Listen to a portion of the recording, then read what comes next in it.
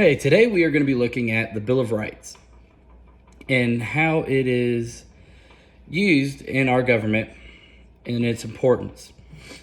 The standards we're going to be looking at today is going to be SSCG 6, analyze the meaning and the importance of each of the Bill of the rights guaranteed under the Bill of Rights and how each is secured.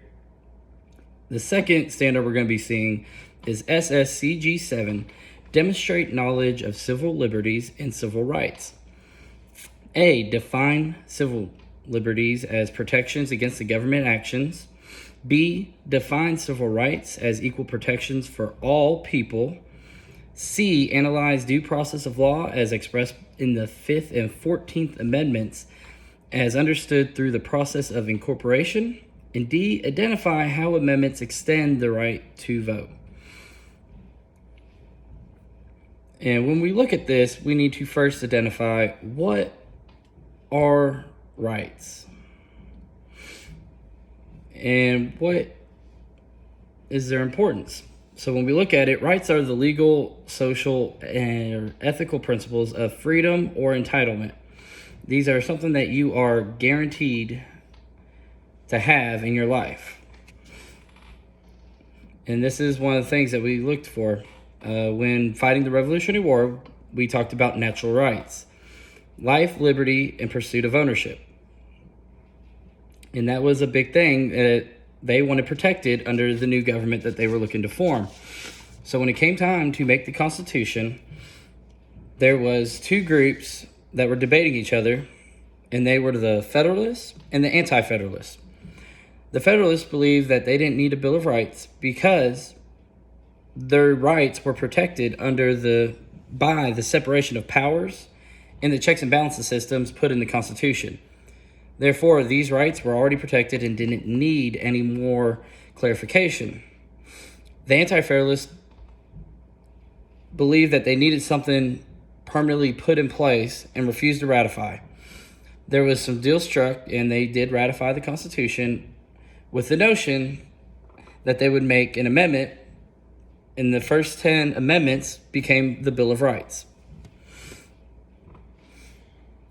And the first one covers those rights that they thought were most important, and that the British also had some restrictions put on them at one point. And that is going to be the freedom of religion, assembly, petition, press, and speech. And if you look at that and need help remembering that, you can remember RAPS, RAPPS, religion, assembly, petition, press, and speech. So we look at it, religion gives us the ability that the government will not interfere with our religion or have a religion that they force us to do. And then that gives us the freedom to practice whichever religion we want or not to practice anyone at all. When we look at assembly, we have the freedom to gather in groups in a public setting.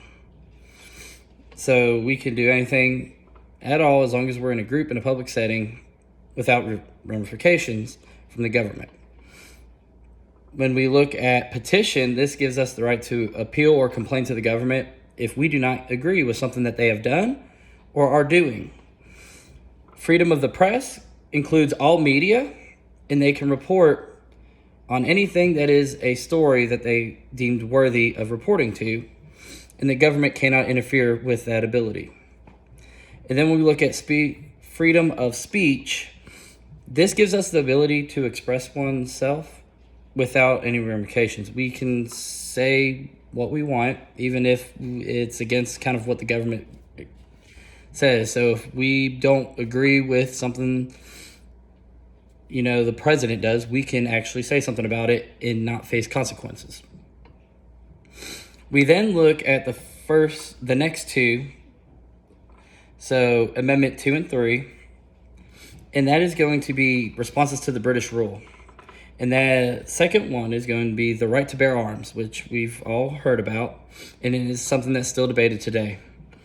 The reason why they believe this is because the British were known to take their weapons away, especially at the start of the Revolutionary War. Number 3 is No soldier can live in one's personal quarters without permission. Again, the British would just have soldiers come into your house and occupy your home under the king's order, and you couldn't do anything about it. That is one that we don't really see at all and never have to deal with, but it is still there due to that. The next set, and that's going to be 4, 5, 6, and 8, are usually known as rights of the accused. And these are rights that protect you under lawful circumstances. Number 4 prohibits unreasonable search and seizures.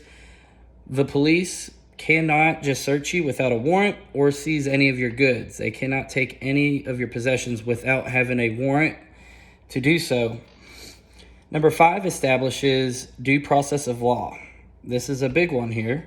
That gives you the right to a grand jury, and that is just protection that you're going to have a fair jury made up of your peers to determine guilty or not guilty.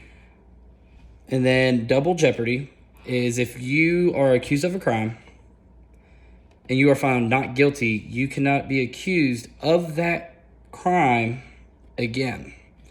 That is not necessarily saying if you steal something, you can steal and not have any consequences. No, it is saying the time that you got arrested and were tried for stealing said object on said date, if you're found not guilty, they cannot try you again for that exact crime. The next one is one that we've all heard. It's around the Miranda rights, which is the right to remain silent, testify against oneself, and that is in the right, So that is going to be, again, they can't force you to say something or force you to say that you did something lawful. They are in charge of actually finding evidence to find you guilty of a crime. The next one is eminent domain, and that is if the government needs to take your property or something you have, they must pay fair value for it. We could see this with land. When they're building roads, they need a public road that is important to the community that has to cut through your land. They can buy that piece of land, but they have to pay fair market value for it. They can't just seize it without paying for it. The next one is going to be a right to a speedy and public trial with impartial juries. And you have to be informed of who accused you and the nature of the law that they are accusing you of breaking. They can't hold you in jail for years upon years. That is considered unlawful punishment. And an impartial jury of your peers is they have to make sure that everyone's equal on the fence and not leaning to one side, just so you have a fair trial. And then the last one is the right to not be cruel or unusually punished, and your punishment must fit the crime. No one kind of speaks for itself, but... And then we have to look back at 7, which one doesn't fit because the rest of these are criminal charges, but they did include a civil, and that civil law just guarantees a trial by jury. Just so you have peers in your community that are in charge of determining which side they want to pick on if they believe something was done wrong or right. And now we go to the 9th Amendment, and that is going to be, we'll just phrase it as rights that are not written down can still be protected. In other words, just because it's not in the Constitution doesn't mean that that right is not protected and available to you. You have the right to wear whatever clothes you choose. That is something that is not written down in the Constitution, but it's there and protected. And then we'll go ahead and look at the 10th Amendment now. And if it's not written down in the Constitution, they are given that right to the state to decide. An example of this is education. Each state is in charge of its own education system and what they want their citizens to learn while in school. And then we also can look at driving. Everybody has their own driver's license and driving tests done by the state. Some of these tasks are just something that the government doesn't need to interfere with because they just think that it's just not a big enough thing for them to actually be involved with. So the states are in charge of it. So now we're going to go ahead and transition, and we're going to be looking at a web quest that we are going to be doing today.